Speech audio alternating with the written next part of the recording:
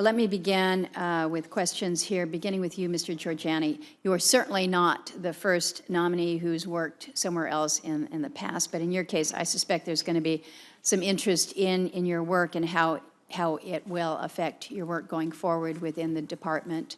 So if you can just give the committee some insight as to how you handle ethics and potential conflicts, both for yourself and for those within the department. Thank you for the question, Senator. I handle that issue the way I handle a lot of issues, which is at the very first step, consulting with the career civil service ethics officials, whether it's meetings that I take or topics that I review.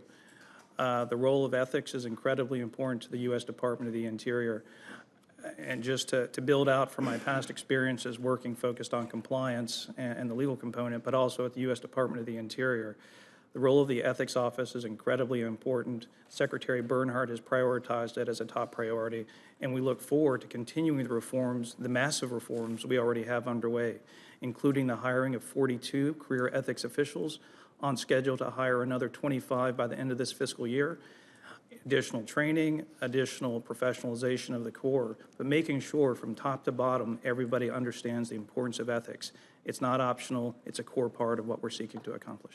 Well, I appreciate that. I also recognize that in order to do that which we have tasked you at the department, you have to have a workplace that is respectful, is safe, free of harassment, free of retaliation of all kinds, and really creating a positive workplace environment and combating misconduct. That is a key part of what you have to do as well.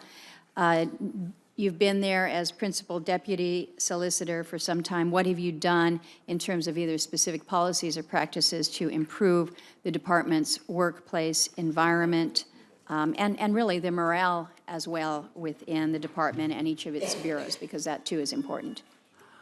Thank you for the question, Senator.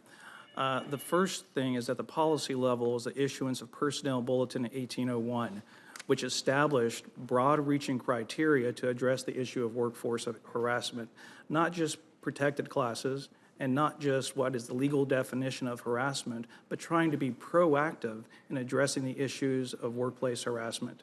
If we've seen anything, not just in the previous administration, but for decades now, it's the ongoing issues of harassment that employees in the field, for example, the Park Service, have been experiencing. In our most recent survey, the numbers showed over 40% of Park Service employees had experienced harassment in the workplace within the past 2 years.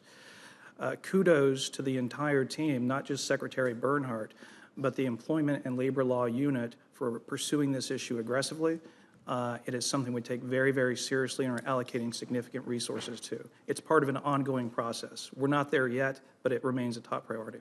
It needs to be that top priority. Mr. Greenblatt, let me ask you, you're sitting at the table today with Mr. Jorjani, who, if confirmed, will be the department's solicitor. How should the Office of Inspector General and the Solicitor's Office be working together? There are a number of areas actually where we do, at least in my experience from Commerce and Justice, where the OIG and the Solicitor's Office, or there the General Counsel's Office, do overlap, or not overlap, but they do have to work together. For example, in employee misconduct cases, if we have an investigation that finds one or more employees have engaged in misconduct, we would then turn that over to the agency. Usually it's going to be the Solicitor's Office or the General Counsel's Office that would then take the lead on exerting some sort of discipline or whatever process they want to do. So there is some engagement there.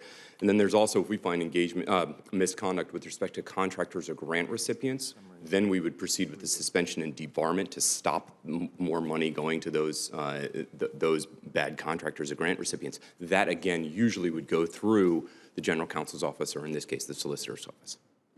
Thank you. Very quickly, back to you, Mr. Jorjani. During Secretary Bernhardt's confirmation, we talked about the Trans-Alaska Pipeline, which is our economic backbone up north. It's been running about 3/4 empty, and that's certainly not due to lack of resources, you know that, but so much of it has been because we've just had issues with lack of permission to access our federal areas. But thanks to some of Interior's policies, we're seeing a turnaround there. Obviously, this is critical for my state, our economic livelihood, for public services and the like. I would just ask for your continued commitment to the full resources and focus of the Solicitor's Office to help us turn this around and really refill that Trans-Alaska Pipeline. Yes, Chairman, it is a top priority. You'll have the full commitment of the Solicitor's Office, both at Maine Interior and with the regional solicitor based out of Anchorage. It remains a top priority from the Secretary all the way down to the field. Appreciate that.